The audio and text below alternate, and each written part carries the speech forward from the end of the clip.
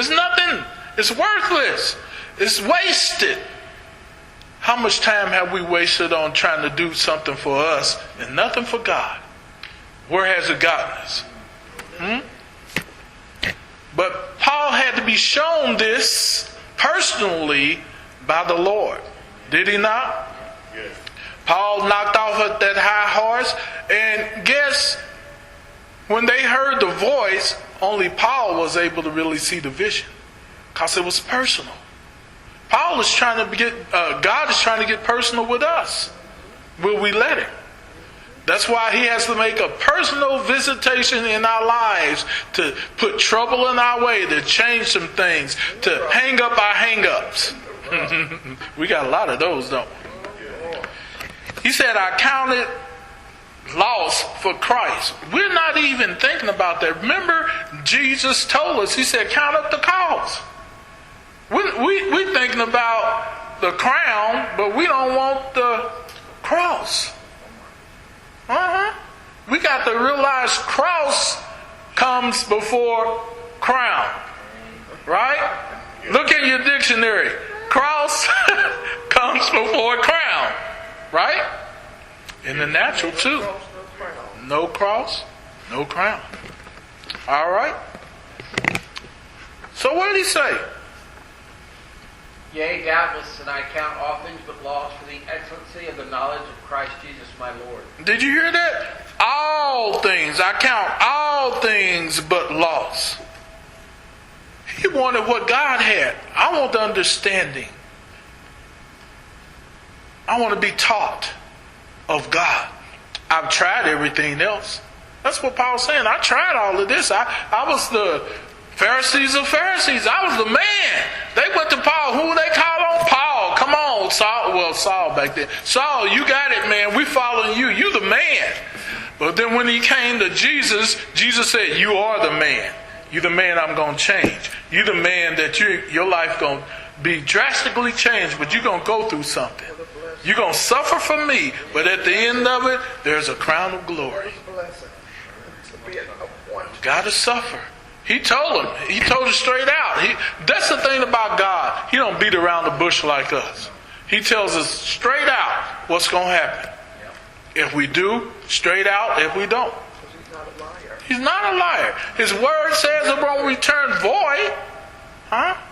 We're the liars. And hypocrites and everything else. We the sinner that has to be saved by grace. That's right. There's no shadow of God's turning. Go ahead. For whom I have suffered the loss of all things, and do count them but dung, that I may win Christ. Did you hear that? It stinks in the nostril of God what I think I am. I stink. Yes, I do. You do too. Yes, we do. When we think we something, we are nothing. And without Christ, we would be no thing. Have no thing. And we would have no things. No things. Yeah. Ain't God good? And when you see these verbs, take them into consideration how Paul is losing them. And they are key words that he repeat. Loss. Do you see how many times he said that? Loss. L-O-S-S. That means it's taken away. God is trying to take away what we think is valuable. Hello? Or even minds.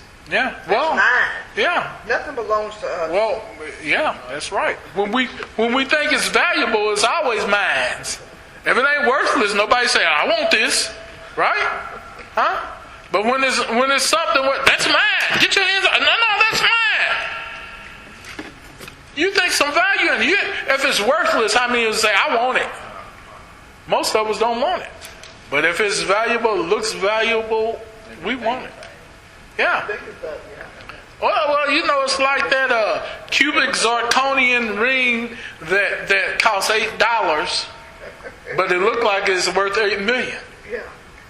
If you put them side by side, and if the guy's good at just creating duplicates, He can make that $8 ring just look good just as it's $8 million. And if you don't know your stuff, he can put it right by it and you can say, hey, this is the... you buy that $8 ring. As soon as you clap your hands, it slap or pop off. Wait a minute, I'm taking this back to the jewelry. Find out he done left the country.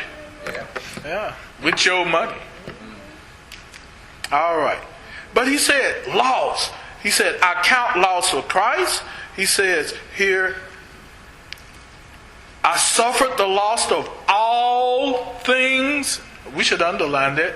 Of all things. You think you're going through something. Paul went through a whole lot. Paul was next in line to how Jesus suffered. Paul went through a whole lot. He had a lot to lose. Yes, he did. Lot to lose. You know, He was to be the high priest. huh? He was being groomed to be the high Yeah, absolutely. priest. He was going to be the man. He was going to be the man. And he had the right connections. Everything was going right for him. In the world, they would have said, you got it made, man. Man, you'd be fooled to turn this down. That's what they would have told him. But he said, I am a fool. I counted all loss for Christ. How many of us find it hard to give up some stuff? And we go along as though it's really more valuable than what Christ said. That's the thing. I see it my way. I'm like Frank Sinatra. I'm going to do it my way. How many of us finding out our way is not working? Especially when we had trouble in our way. God always makes sure we have trouble in our way. Person, Yeah, I'm still that same person in the flesh. absolutely. But when trouble comes, what happened to that person that I say that I am? Yeah. Or that I think that I am? You melt down like butter. Yeah, Because you need a savior. yeah. Remember that Satanist, that Satanist musician named, I think it's Marilyn Mason? Yeah, Manson. Yeah, he was talking, did an interview. He said, you Christians out there think that the most demonic and Satan-worshiping song is one of my songs. He said the most anti-God and most demonic song out there is what you just said. Frank Sinatra's I Did It My Way. Yeah, He yeah. said, that's the most satanic song. That's right. That's right. I Did It My Way. That's right. Yeah, absolutely. I believe that too. And when we do it our way, we see the devil is actually just there, right there on us. We think we get by. No, you don't get by. It just catches up in time. It adds up. It builds up. Everything we was connected to. Yeah. You know, when you get caught in a crime, and it may took you a long time to have been caught, but dealing with the severity of that crime, say like you was a murder, killer, the severity of the time they get, depending on the judge, you may have got away with it for years, but then you find yourself with a life sentence. So, And how did I get caught? yeah, there's no perfect crime, they say.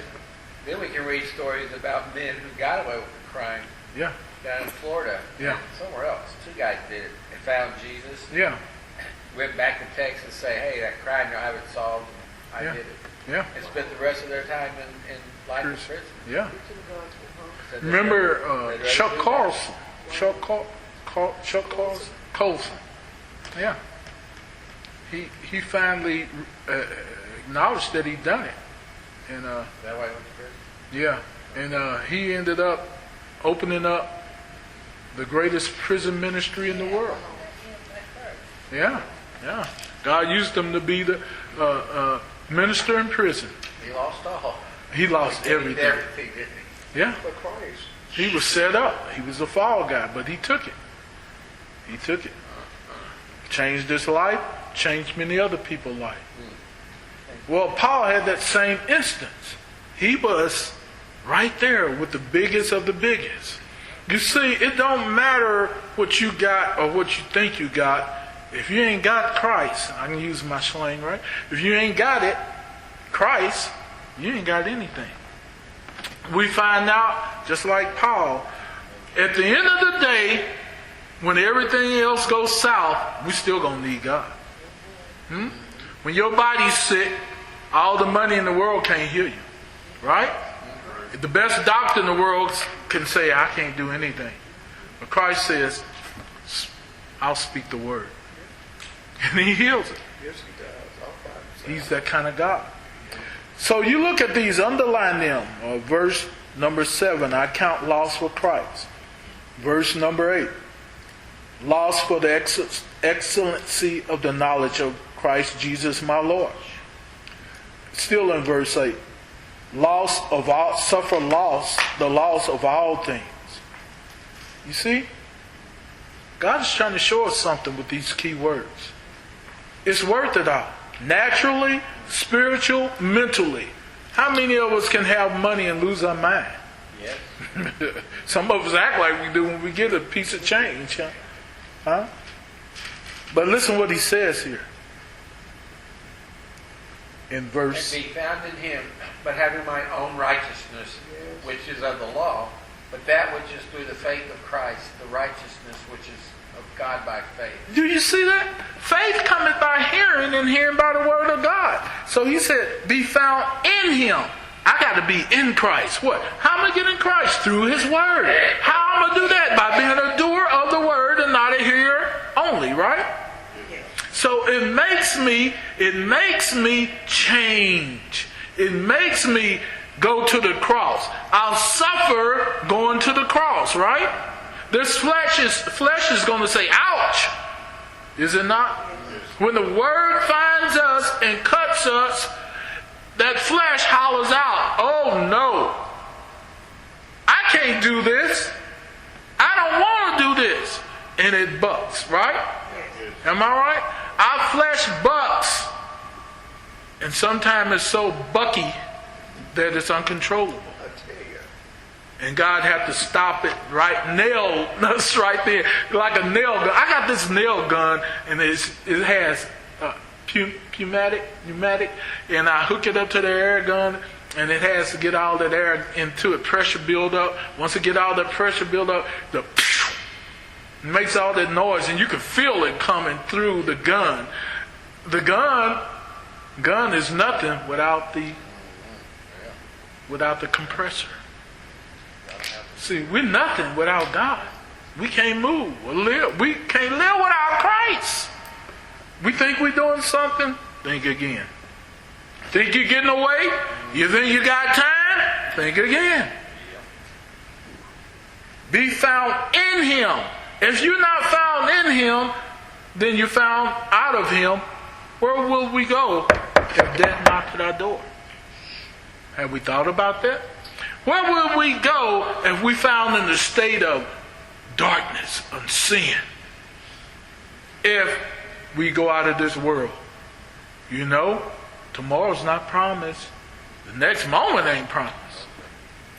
But listen. That fire that was some warehouse with glue and... That's in Texas, down there, where all the smoke was flaming up. You talking about that? So that fire was hideous looking. Yeah. From the point of view of the media. Yeah. Showing it over the screen of the television. Showed it up to and the you satellite. often think about now, if I'm going to burn forever, if I don't change my life, what did those people think, or did they not think? Yeah. Is this going to be where I'm going to be burning? I mean, am I going to burn that fire that I'm seeing, or I live close to? How would that affect me if I do not turn my heart to the Lord? Exactly. And then something else happened in China too, I think, and it blew up and killed all those hundreds of people. This week, last week now. Yeah. They said those people in the Twin Towers jump, and I mean they jump. You could see them. But rather than burn, Yeah. I think that an unquenchable fire. Yeah. Yeah. Man, What? But they don't still burn if they kill the yeah, I'm Lord. just saying that we're in fear of burning so much that they leap to their death. Yeah. It's still going to feel. Place it. Yeah. Again, Yeah. the rest of their life. Either way, they staring death in the face. Huh? One just a shorter term than the other. Huh?